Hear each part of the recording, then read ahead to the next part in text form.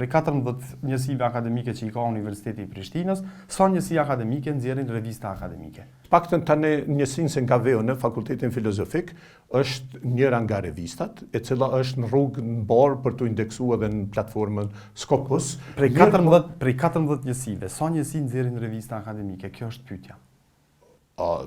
Numrin e saktë nuk e di, po revista ka, mirë po çështja është se çfarë revista. Mirë po shumica nuk nxjerrin. Edhe ato që nxjerrin revista akademike nuk i kanë të indeksuar në platformat kreditore ndërkombëtare. Është e vërtetë. Çka doni me bë për këto, se kjo është shumë e rëndësishme që secila njësi akademike me pas një revistë vetën akademike dhe të indeksuar në platforma kredibile. Jo domosdoshmërisht ndoshta secila njësi, po të paktën universiteti duhet t'i ketë disa. Për shembull, një të paktën shkencat e natyrës, një shkencat shoqërore, apo edhe shkencat tjera që duhet t'i ketë, po e di, a do t'i ketë mbrana mandatit juaj? A do të bëni ju, çka do të bëni ju që t'i ketë universiteti revistat në to? Ne e kemi ngjallë se asnjëherë më parë shtëpinë botuese të Universitetit të Prishtinës është punu fort në drejtim që të krijohet BUP-i. Që është përgatit edhe rregulloria edhe gjitha dokumentet përcjellëse ne shikoni, unë i di jo të mira edhe vështirësi që jenë këto. Detyra jam është me i vum pak këto anë negative edhe me pas se çka jeni të bëu për këto. Cilat janë planet e juaja. Po kur i vëjmë pa, unë nuk kam çfarë të fshihë. Këto anë që duhet mu përmisu, duhet me diskutu, duhet me kriju plane se si me ecë përpara. Kjo është një anë, po ne nuk mujmë vetëm me raportu, vetëm këtë anën e jo të mirë edhe mës me përmend të arriturat. Ju i përmend të arriturat në fillim, po tash unë po ju sfidoj edhe po kërkoj prej juve përgjigje, se është në interes edhe qytetarëve të Kosovës, sepse institucioni që e drejtoni ju merr prej taksave qytetarëve të Kosovës 35 milion euro në vit. Dhe duhet me diskutu, a është ky investim me kthim apo jo, a ja vlen që na mi dhon 35 milion euro për këtë institucion. Për shembull, para paguhet universiteti njësitë akademike në për revistat akademike ndërkombëtare në përbot? Unë besoj që jo që kthehet ky investim për 35 milion, po nuk po do duhet të investoheshin 100 milion euro në vit. Mirë po. Me këtë gjendje, me këtë staf akademik? Po gjithsesi. Mirë po, më le vetë ta përfundoj. Mirë po, do të ketë transparencë edhe llogaridhënie. Këto janë dy elemente kyçe të mirë qeverisjes. Me rektor Arben Hajrullahun nuk lejohet që të ketë rrjedhje buxhetore e mos më ditë se ku. Nuk mjafton vetëm kjo. Po jo, mjafton. Nuk mjafton vetëm kjo që ju të vendosni rregull edhe rend, mos ketë keq përdorim të buxhetit sikur që ka pasur ndoshta të kaluamën. Para paguhet universitetin revista akademike?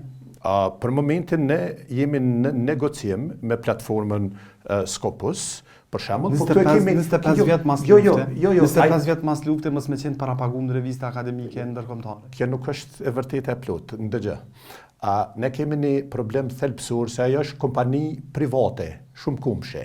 Mirë po ne kemi problemin thelbësor ato që të gjitha punimet, puna shkencore që realizohet prej Universitetit Prishtinës atje indeksohet në shtetin e Serbisë.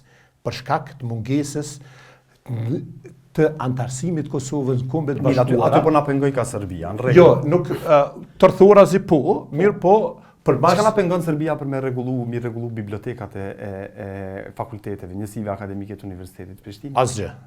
Asgjë. Pse të mos i rregullojmë? Pse të mos ketë literaturën më bashkohore, më të fundit në secilën njësi akademike?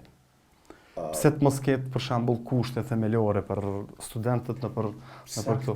Faleminderit shumë për pyetjen. Kjo është pyetja ime po ashtu.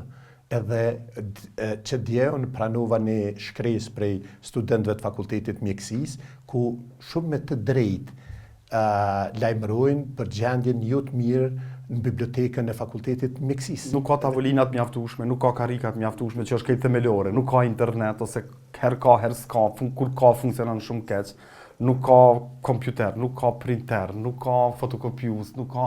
Shekulli 21, viti 2026, 56 vjetori themelimit universitetit, 35 milion euro buxhet, kërkoni para shtesë e nuk janë kushtet themelore në universitet plotësuar. Sakt, edhe kjo është pyetja.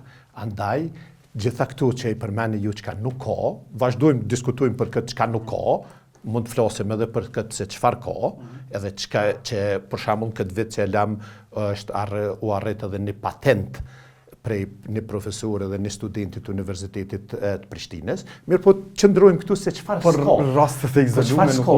mund të shndrojmë fenomen. Po rastet izolume janë edhe këto. Se këto që po flasim janë fenomen. Eja shikojmë për shembull njësi tjera akademike ku ka, po qëndrojmë ne këtu se çka nuk ka. Kjo është sakt tema edhe pyetja ime, edhe mëtimi im edhe i gjithë personelit menaxhuese çdo ditë merret me këtë.